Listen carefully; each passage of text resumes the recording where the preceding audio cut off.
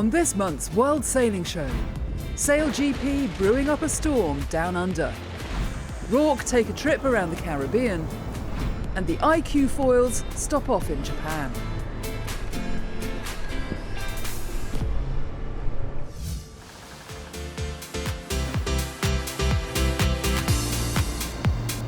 No sooner had it finished hosting the IQ Foil Games season opener than Lanzarote was back in the headlines with the International Regatta. 360 sailors and 6 Olympic classes competing over 8 days of racing. It's super nice to see all the Olympic classes training over here now. And we're here this week to practice a few new things that we're not good at. For us, it's a really important event on the way to preparing for the next season. We have, I think, over 30 boats here in the 470, so it's a really good check on where we are in the international fleet now. The first day of competition brought big winds and a rolling ocean swell. Austria's Keanu Pretner and Jakob Flashberger topped the 49er fleet, while Brazil's double Olympic champions Martin Grael and Kahena Kunz led the 49er FX competition. Day 2 turned out to be epic, but it wasn't so much about racing the competition as battling Mother Nature. I think I saw 2 of the biggest waves in my career today. I mean, obviously Japan was pretty massive waves, but we had some pretty big moments and we got through them, so that's all that matters. Thankfully had a dry mast for all 3 races. I mean, it was definitely points of, almost going over, but today was just about keeping the stick in the sky most of the time, so we managed that well. The British men matched their female teammates by taking the lead in the 49er competition, while the 470s were also battling the elements. Spain's Jordi Hamar and Nora Brugman ruling the waves with scores of 1, 2 and 2 from 3 races. Sahara dust and low visibility was the enemy on day 3, with just a solitary 470 race taking place. Israel's Nitai Hasson and Noah Lasry stormed into an early lead before it all went wrong. We were leading almost the whole race. Just last downwind we hoisted the spinnaker and then it broke to 2 pieces. We still tried to stay in the lead, but in the end 2 boats overtake us, so we finished 3rd. Visibility was still limited for day 4's medal races, but that didn't stop Jordi Hamar and Nora Brugman putting on a late surge to clinch gold in the 470 class, winning by a single point from Spanish teammates Silvia Mas-de-Parés and Nicolas Rodriguez. The Brits took a clean sweep in the 49ers, Freya Black and Saskia Tidy crossing the line 4th in the FX medal race to claim top spot, while 4th place for James Peters and Finn Sterrett in the men's event was good enough for another skiff gold. It was not quite as big waves as we've seen the last 2 days, which made it a bit more sailable, but yeah, awesome fun, a bit shifty off the land. We had a bit of a lead on the boats behind us going in, and it was about kind of doing the right things and making sure that we hung on to it. Next up, the foilers, and the sun was back out for the NACRA 17s and the men's and women's IQ fleets. The NACRAs excelled in the big rolling waves, with New Zealand's Mika Wilkinson and Erica Dawson winning 2 of the 3 races, as the rest of the field played catch-up. It was really tricky waves and shifty kind of dying pressure for us in the NACRA fleet, and it seemed like you always needed to be looking for the next thing to put your focus on and really staying active in the boat. While Israel dominated the women's IQ foil competition, Britain's Sam Sills took the early lead in the sizable men's fleet. Today was quite heavy, it was big waves but tricky winds. I was really pleased to get a 1 and a 2 in the quite big fleet that we had. It was somewhere between 70 and 80 people on the line, which was big. Yeah, great fun, and yeah, we're just really happy to be racing here in Lanzarote. Day 6, and the weather was up to its old tricks again. Pilar Lamadrid put down the most consistent performance in the women's IQ foil fleet, but Israel's Shahar Tibi moved into 1st place overall. Today was completely different from yesterday. Flat water-ish and shifty conditions. It was really interesting. There was a lot to play inside the course race. I really like the conditions. In the IQ foil men, Sills started the day well, but slipped back in the later races, just hanging on to the leader's yellow bib by the narrowest of margins. There was a new leader in the Nacre 17s, with the French team of Billy Besson and Noah Ancien moving to the top after 3 more races. So the final day of competition with 3 foiling golds up for grabs. The Israeli squad had dominated the women's IQ foil all week, so when tricky breeze on the racecourse meant the medal series couldn't go ahead, they took all 3 places on the podium, Shahar Tibi taking gold. It was a much more dramatic and eventful conclusion to the men's competition. Sam Sills had worn the leader's jersey from day one, but he misjudged his approach to the start and the final, and France's Adrien Mestre was fastest out of the gate and went on to claim gold. So just took the gold from the final. It's an amazing feeling as we are this final format where the winner takes all. I can't even believe it, but it was that it was, and it's amazing to experience it. And it proved a great day for the French all-round, as Billy Besson and Noah Ancien claimed gold in the Nacre 17 class, with Argentina and New Zealand taking silver and bronze. We just managed to be good and to do our best to manage the boat, and don't think about the other team, just be aware of us and do our best.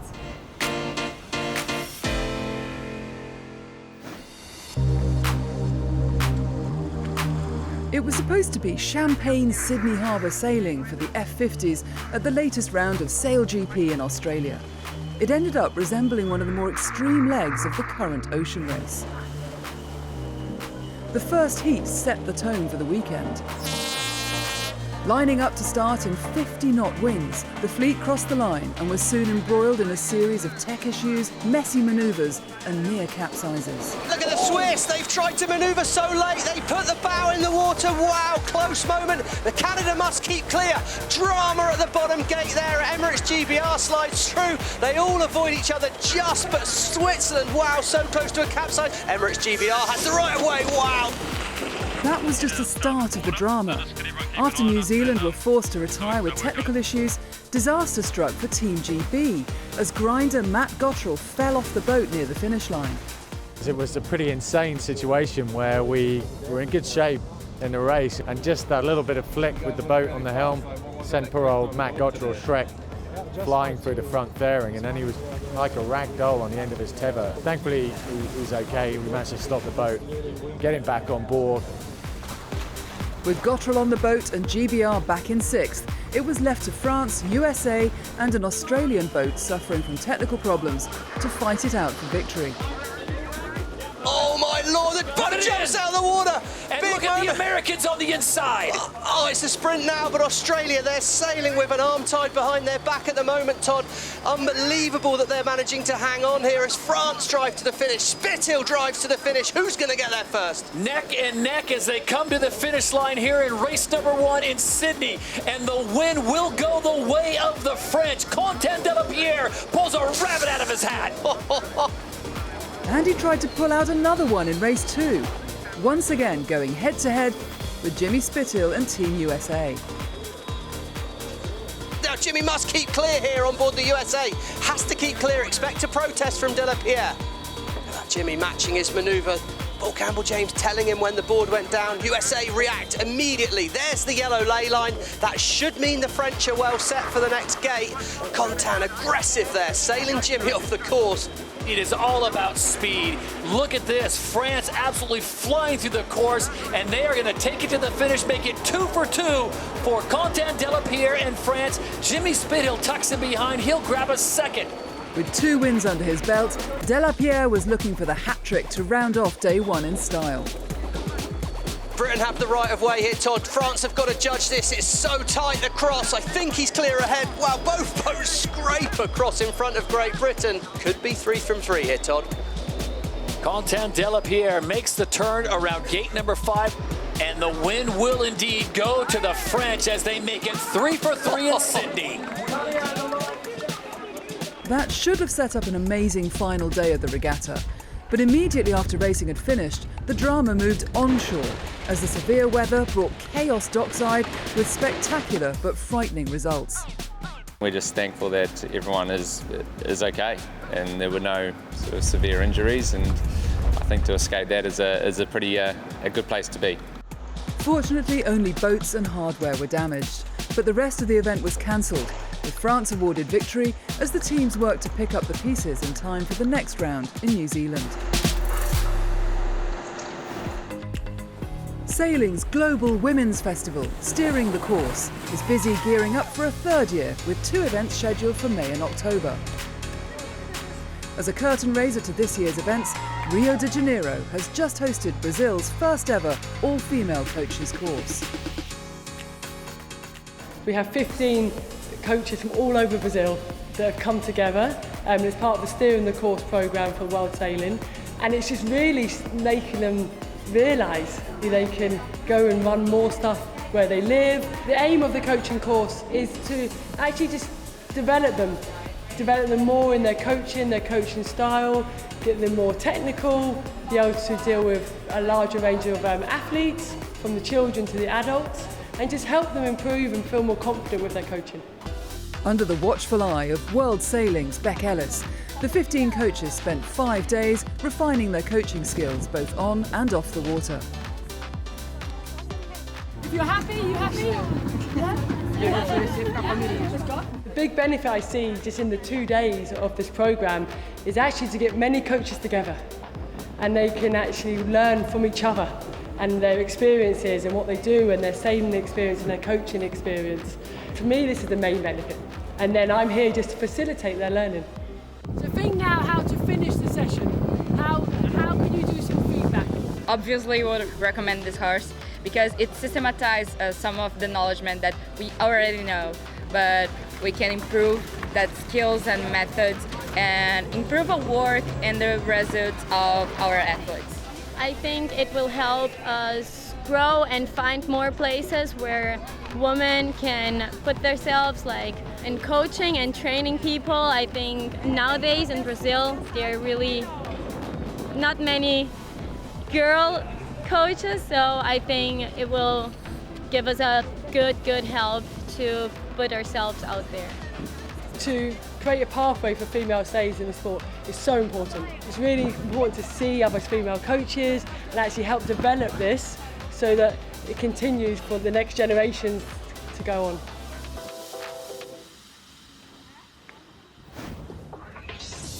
The 14th edition of the Rourke Caribbean 600 attracted a fleet of 70 boats with almost 600 sailors from 30 different countries. Here we've got the sun, we've got the wind, and it's a very interesting course. It takes on so many islands, and of course the biggest hurdle to overcome is the massive wind hole around the back of Guadeloupe. So it's a very interesting course. It's quite scenic.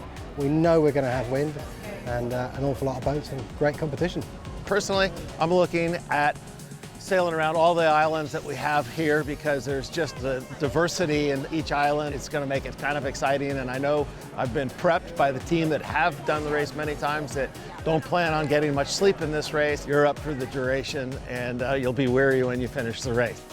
The route took the fleet from Antigua, north past St Kitts and Nevis, round Anguilla and back south past Montserrat, around Guadeloupe, before finishing in Antigua after 600 nautical miles. With the trade winds blowing and a swell kicking up, the 2023 race provided some spectacular sailing, with the Mod 70 Zulu and Multi 70 Maserati leading the way as they battled for multi-hull line honours. Giovanni Soldini's Maserati finished second last year, but had led the fleet home in Rourke's transatlantic race a few weeks earlier. But again, they came up just short, as after almost 31 hours of racing, Zulu pipped them to the line by 11 seconds, to the delight of skipper Eric Maris. They sailed really well today, put a significant lead on to us, and then we managed to catch them up on the penultimate leg, and we managed to pass them the one that counts, on the line. That's fun. Though they finished 14 hours later, on IRC corrected time, Alex Thompson aboard Tosca Gunboat won the multi-hull class. But the big prize went to the Volvo 70 Pyewacket. Skipper Ben Mitchell took overall victory in this year's Caribbean 600, as well as the IRC Super Zero class, ahead of I Love Poland, which finished third overall. Pyewacket 70 is the latest in a long line of US entries to win the race. It's a 600-mile sprint, and our guys just did a beautiful job. There's not one person on the boat that didn't do more than their fair share, and it was just fantastic. Completing the course in 2 days, 8 hours and 23 minutes was Teasing Machine, who took the honours in IRC 0 ahead of Callisto and Daguet 3 Corum. Eric de Turckheim also finished second overall, narrowly missing out on a hat-trick after victory in the Rolex Middle Sea Race and the Rourke Transat. This year in particular, we had a fantastic 50 feet class in the IRC 0 with 4 highly competitive boats. We were in contact all the time and we finished all within half an hour. So, that's what is exciting. Heading the 13-strong Class 40 fleet were 2 Italian boats, with Alberto Bona's Ifsa finishing 15 minutes ahead of Allegrande Pirelli.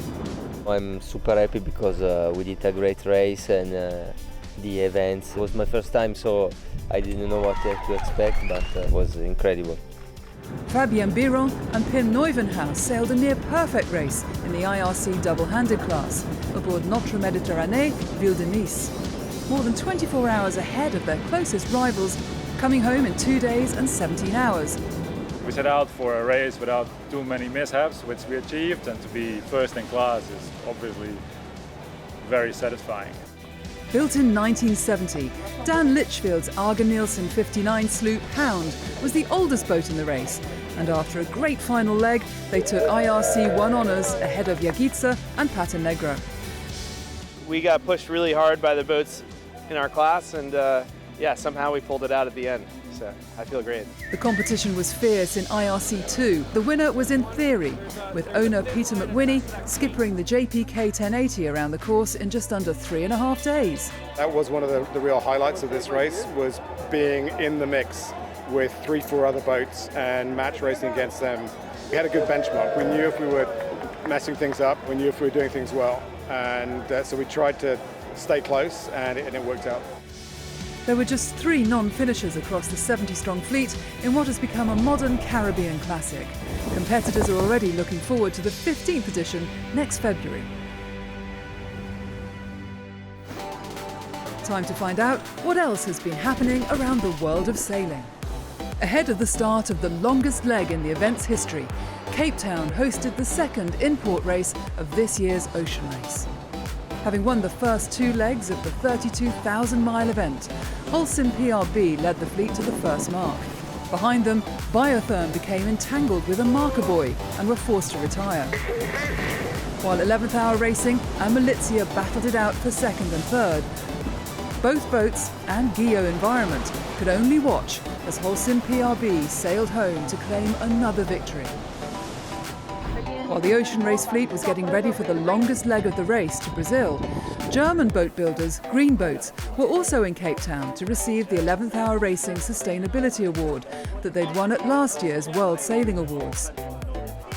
In a ceremony at the Ocean Race Village, the company's founder, Friedrich Diemen, received the trophy from the Sail Africa Youth Development Foundation, winners of the 2021 award. The second stop on this year's IQ Foil World Series saw 19 riders from Asia competing over 4 days of competition at Miyakojima Island, Japan. In a close-run men's final, home foiler Tony Anami, who'd been leading the competition all week, beat compatriots Gagushi Takeda and Daya Kuramochi to take home gold. And Japan made it a clean sweep of medals at the event, with another 1, 2, 3 in the women's winner-takes-all final. This time, only centimetres separated the foilers at the finish line, with the race committee finally awarding gold to Fujiko Onishi ahead of Megumi Kobine and Yuki Tsunaga.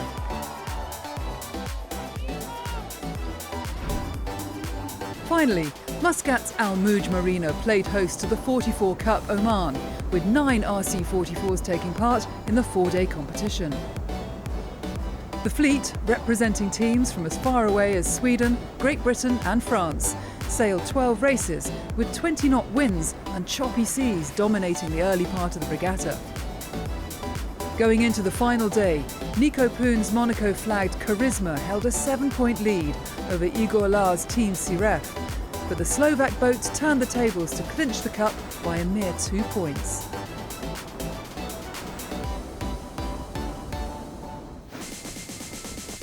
We wrap up the action today with a trip to Salinas del Rey, Colombia, for the second event on this year's GKA World Tour. The freestyle-only event was being held outside the small fishing village of Santa Veronica on the Caribbean coast, where the weather was warm, the water was flat, and the waves were there to entertain both the riders and a very vocal local crowd. Sweden's Natalie Lambrecht had finished third at the opening event of the season in Qatar, and she made it 2 podiums in a row by repeating the bronze in Colombia. But it was 18-year-old Mikalai Sol who took top honours to follow up her second place at the Tour's last outing. Chasing a 7th world title, the Brazilian rider laid down a series of spectacular tricks, including a huge slim chance 5 with a melon grab. I'm so stoked to be back on top, honestly. Conditions were really tough, but I managed to pull through, and yeah, I took the win here. And definitely feeling a little, I don't know, like a redemption almost from Qatar, getting second to getting first here. It definitely does feel really nice being back on top. So yeah, I'm gonna try to continue doing this for the rest of the year, and yeah, just super stoked. In the men's competition, Gian Maria Coccoluto was looking to make it 2 victories in a row. Despite wowing the crowd with his smooth style and height, some late falls meant that the Italian rider could only manage a 3rd place in Salinas del Rey. With Switzerland's Maxime Chablos edging out Coccoluto for 2nd place, it was left to Brazil's Carlos Murillo to strike gold in Colombia. The 25-year-old had finished 2nd in the season opener, but he was hungry for more, and the 4-time back-to-back world champion threw down some of the most technically ambitious tricks of the event. That earned him the highest score of the finals, which was topped off with a cleanly executed Hinterberger frontside 900.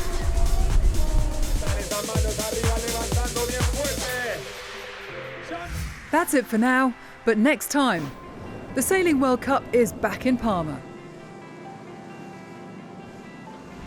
And the Ocean Race fleet tackles the longest leg in the race's history.